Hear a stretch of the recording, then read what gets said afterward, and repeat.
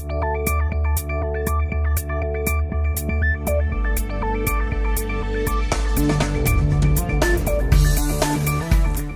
and welcome to this week's newscast from Power Engineering International.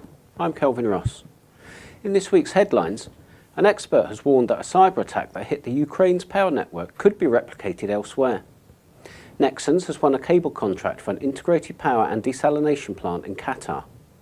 Japan is poised to begin its biggest CCS project. An Indian car maker, Tata Motors, has set a target to use 100% renewable energy in its manufacturing. A recent cyber attack on Ukraine's electricity network could be replicated in other countries, according to a member of the US team investigating the blackout. Around 225,000 people were left without power for several hours when Ukraine suffered what's believed to be the first successful cyber attack on an electricity distribution network. Last week, the US Department of Homeland Security formally blamed hackers for December's power cuts. Robert Lee, an infrastructure specialist at cybersecurity firm the SANS Institute, has described the attack as a shot across the bows for the power industry. He said that the way the Ukrainian grid is set up and the type of equipment that it uses is very similar to many other nations. Lee explained that at least 6 months before the power was shut off, the attackers had started sending emails to power utility offices containing Microsoft Word documents, which when opened installed malware. The virus, known as Black Energy 3, allowed the hackers to gather passwords and logins, which they then used to mount the attack. After months of work, they gave the ability to remotely log in to supervisory control and data acquisition systems.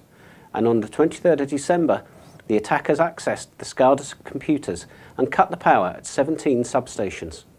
At the same time, they jammed company phone lines, making it hard for engineers to determine the extent of the blackout. South Korea's Samsung has awarded French company Nexans the contract to supply 575 kilometres of power cables for the Al Houl water and power project in Qatar. The integrated power and desalination plant is expected to increase power generation in Qatar by 23%. It will have a capacity of 2.5 gigawatts and will produce 136 million imperial gallons per day of potable water and is due to be commissioned in June 2018. The plant is 20 kilometres south of Doha and will be the largest integrated power and water plant ever built in Qatar, costing around $3 billion. Japan is to perform tests for its biggest carbon capture and storage project to date next month off the coast of Hokkaido, the most northerly of Japan's main islands. The tests are to be performed by a company called Japan CCS and will be carried out despite some fears that the seabed around Japan is prone to earthquakes and therefore unsuitable for the storage of vast quantities of carbon dioxide. From next month, up to 200,000 tonnes of carbon dioxide will be injected each year until 2020 into 2 separate reservoirs, up to 3,000 metres under the seabed.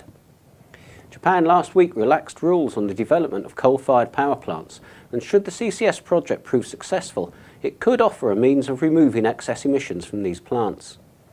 A spokesman for Japan CCS this week insisted that the seabed of the area is sound. He said that the carbon dioxide would be injected in such a way that there would be no impact on geological formations. Japan CCS claims it's the first project in the country to involve all 3 stages of the CCS process: capture, transfer and underground injection. An earlier demonstration project injected a total of 10,400 tonnes of carbon dioxide at a test site in Niigata. India's largest automobile manufacturer, Tata Motors, has set itself a goal of using 100% renewable energy in its manufacturing processes. The target has been set as the company has joined RE100, a global initiative of influential companies committed to the use of renewables. Tata Motors makes commercial and passenger vehicles, as well as defence and homeland security vehicles. The company said this week that the move will not only reduce its carbon emissions, but will also lead to long-term financial savings.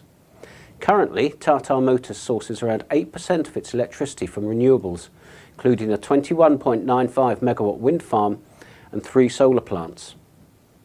That's all for this week. Thanks for watching, and we'll see you again soon.